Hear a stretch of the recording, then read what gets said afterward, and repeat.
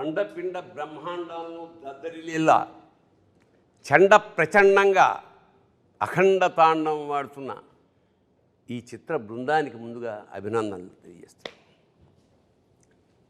ఒక పరమోత్కృష్టమైన సందేశం మన భారతదేశంలో, అది ఒక జీవిక.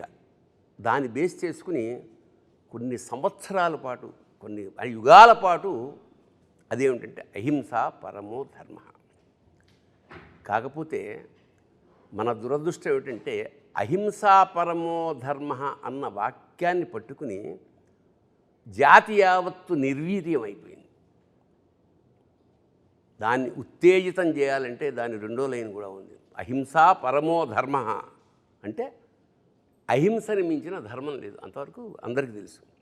కానీ ధర్మానికి సంకటం వచ్చి ధర్మం నాశనం అయిపోతున్నాడు. అప్పుడేం చేయాలి?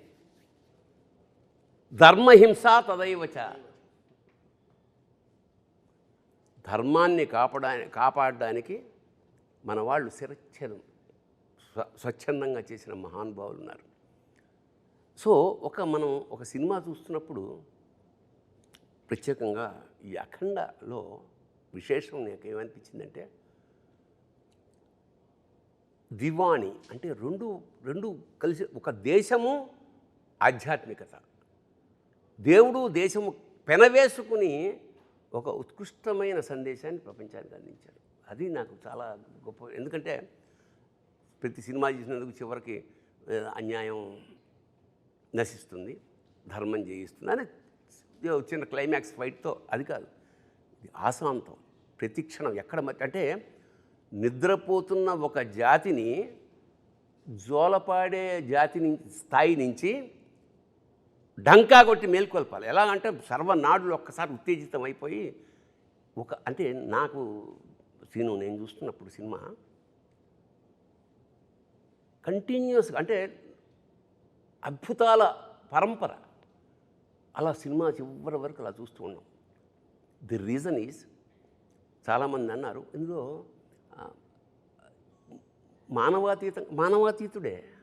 మానవాతీతుడు కాబట్టి అలా చేయగలిగాడు, సామాన్యుడు చేయలేడు. ఇది మానవాతీత శక్తి. ఇంకోటి, ఎప్పుడు మానవాతీత శక్తి ఎవరి కోసం చేస్తున్నారు? మునులు ఋషులు ఎక్కడో తపస్సు చేసిన ఎవరి కోసం చేస్తున్నారు? వీళ్ళ కోసం చేస్తున్నారు. అందరిలాగా సంసారాలు బాగా సజావుగా సాగాలంటే, అంటే దేశం సుభిక్షంగా క్షేమంగా ఉండాలంటే బార్డర్ మీద సైనికులు ఎంత ఉంటారో ఇంటర్నల్గా అంతరాత్మలో ఇలా మన కోసం తాపత్రయపడే మునులు యోగులు అలాంటి వాళ్ళే. ఇందులో బాలయ్య వేసిన ఆ వేషం ఏదైతే ఉందో అది ధర్మరక్షణకు ఒక అద్భుతమైన సింబల్.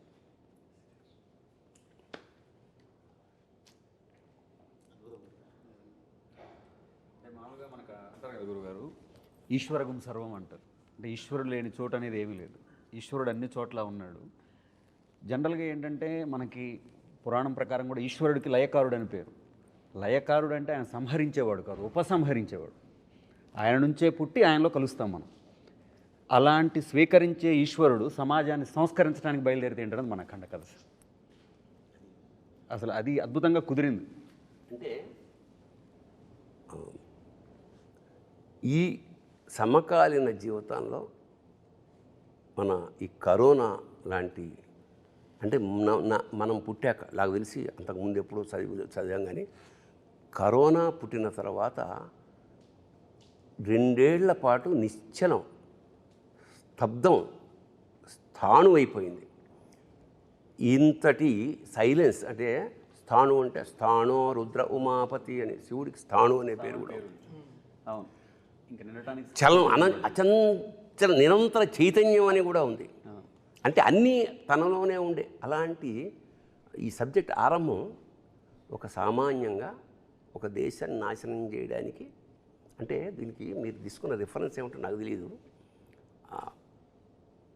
సంస్కృతం పట్ల ఇష్టం కన్నా కూడా రీసెర్చ్, అంటే నిన్ను నాశనం చేయాలంటే చాలామంది సర్ఫేషియల్గా కుదరదు, సర్ఫేషియల్గా ఏదో తెలుసుకుని స్టడీ చేయాలి.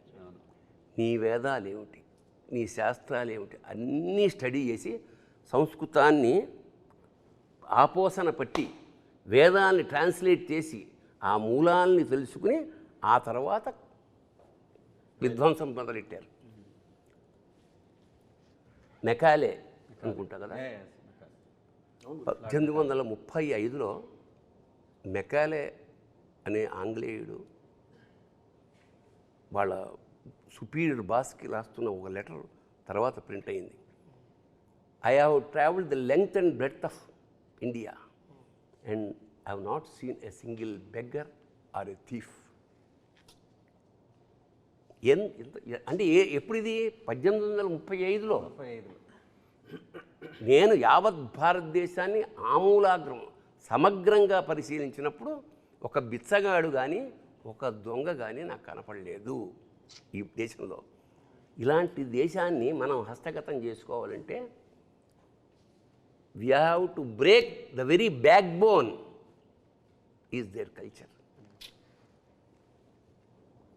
వాళ్ళ సంస్కృతిని నడుము విరగొట్టగలిగితే మనకి పాదాక్రాంతం అయిపోతుందన్న ఒక్క పాయింట్. 1835 నుంచి వాళ్ళు ఎంతయ్యా, దాదాపు 250 ఏళ్లలో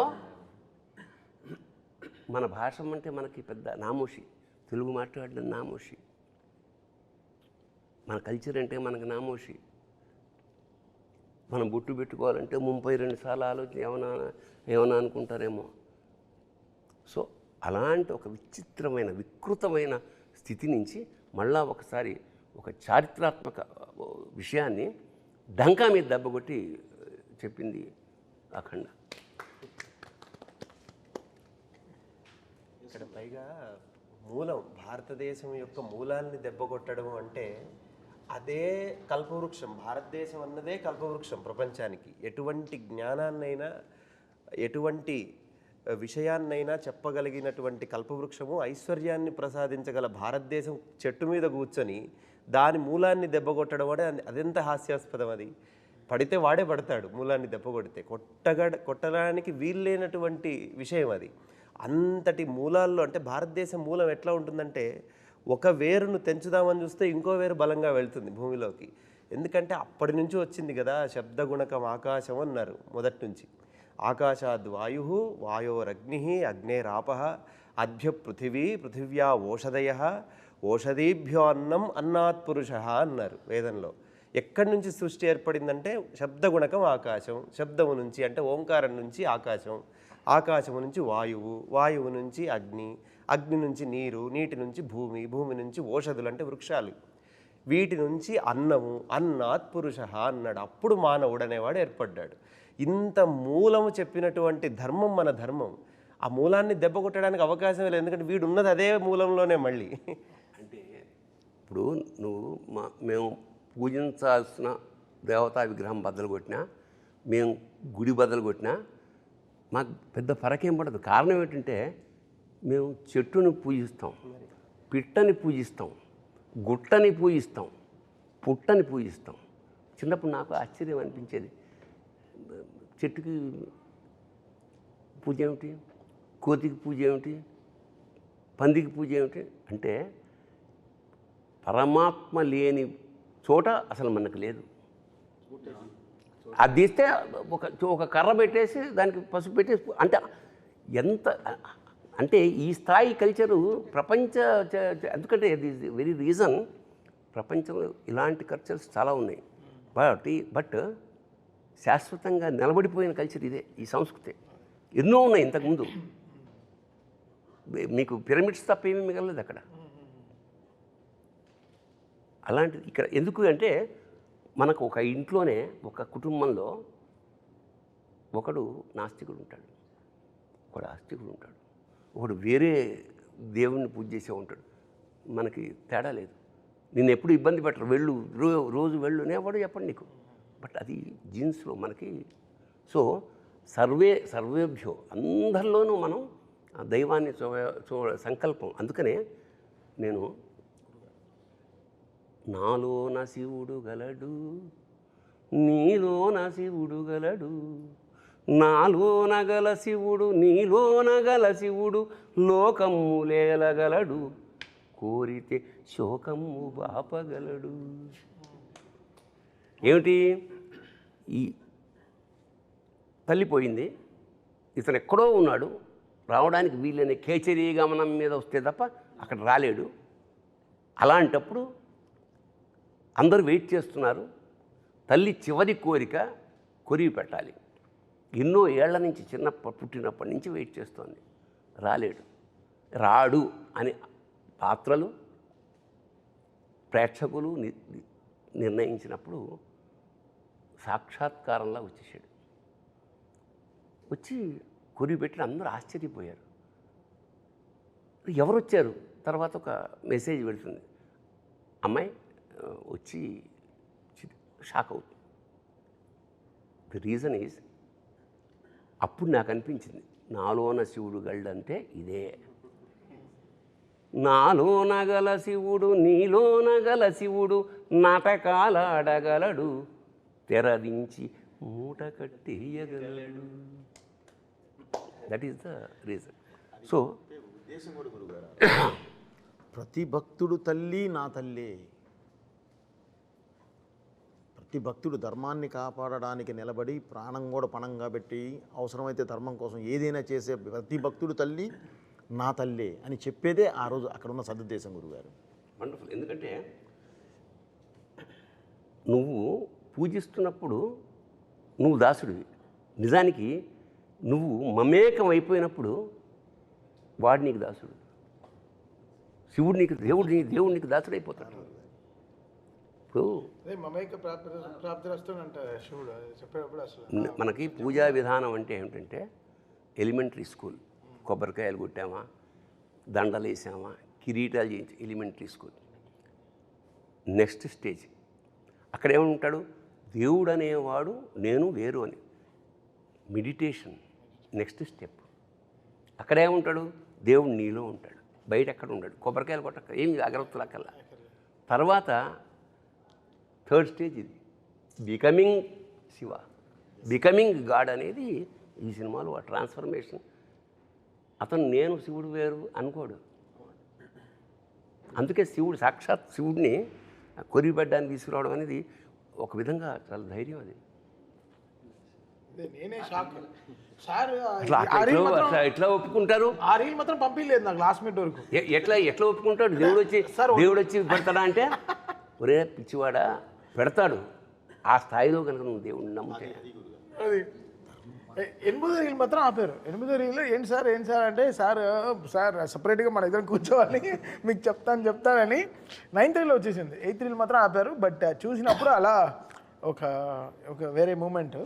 సో ఓకే, దీనికి ఆర్ఆర్లో వాయించేయచ్చు. బట్ దీనికి ఒక శివుడికి ఒక పాట, శివుడే అమ్మ రూపంలో పాడితే ఎలా ఉంటుంది, ఒక అమ్మ రూపంలో పాట పాడితే ఎలా ఉంటుంది అన్నప్పటికీ వెంటనే ఆ ట్యూన్ కంపోజ్ చేసి డైరెక్టర్ గారికి వినిపిస్తే ఆయన అప్రూవ్ చేయడం, వెంటనే దానికి అంత జనరల్గా నేను నమ్మేది ఏంటంటే, ఇప్పుడు పాడతాం తన పాడతాం, బట్ గుండెనే గొంతు చేసే పెనివిటి అనే వర్డ్ రాయడం అనేది గొప్ప. అంటే పేరు పెట్టడం అనేది గ్రేట్. అలా ప్రాణం పోసిన శంకరుడా అనేది ఆయన రాసిన విధం ఆ పాటకి అలా తీసుకొచ్చి ఒక 100 కిలోలు బరువు పెట్టేసి వెళ్ళిపోయింది. సరే, ఇంకా ఆ బరువుని పరువు పోకుండా కాపాడే బాధ్యత మాది. కరెక్ట్గా అది ఎలా దాన్ని ట్రాన్సిషన్ కరెక్ట్గా ఇది పెట్టేటప్పుడు ఎలా చేయాలి, ఎక్స్ప్రెషన్కి ఎలా తీసుకెళ్ళాలి సినిమాలో చాలా ఎక్సర్సైజ్ చేసాం. ఫస్ట్ అఖండాకే చాలా ఎక్సర్సైజ్. అంటే జగపతి బాబు గారు దానం ఇస్తారు కదా, ఇది బిడ్డని, అక్కడి నుంచి కాశీకి ఓ ట్రాన్సిషన్ ఉంటుంది. దానికి కూడా వెరీ ఆర్గానిక్గా దానానికి ఏంటి మంత్రం, అది వెళ్ళినప్పుడు కరెంట్గా శివుడు మన శివుడు దీంట్లో నుంచి నీటి బొట్టు పట్టేటప్పుడు కరెంట్ అంతా ఆఫ్ అయిపోతుంది. కాశీలో ఆఫ్ అయిపోయి మళ్ళీ స్టార్ట్ అవుతుంది, మళ్ళీ మంచి వెలుగు స్టార్ట్ అవుతుంది.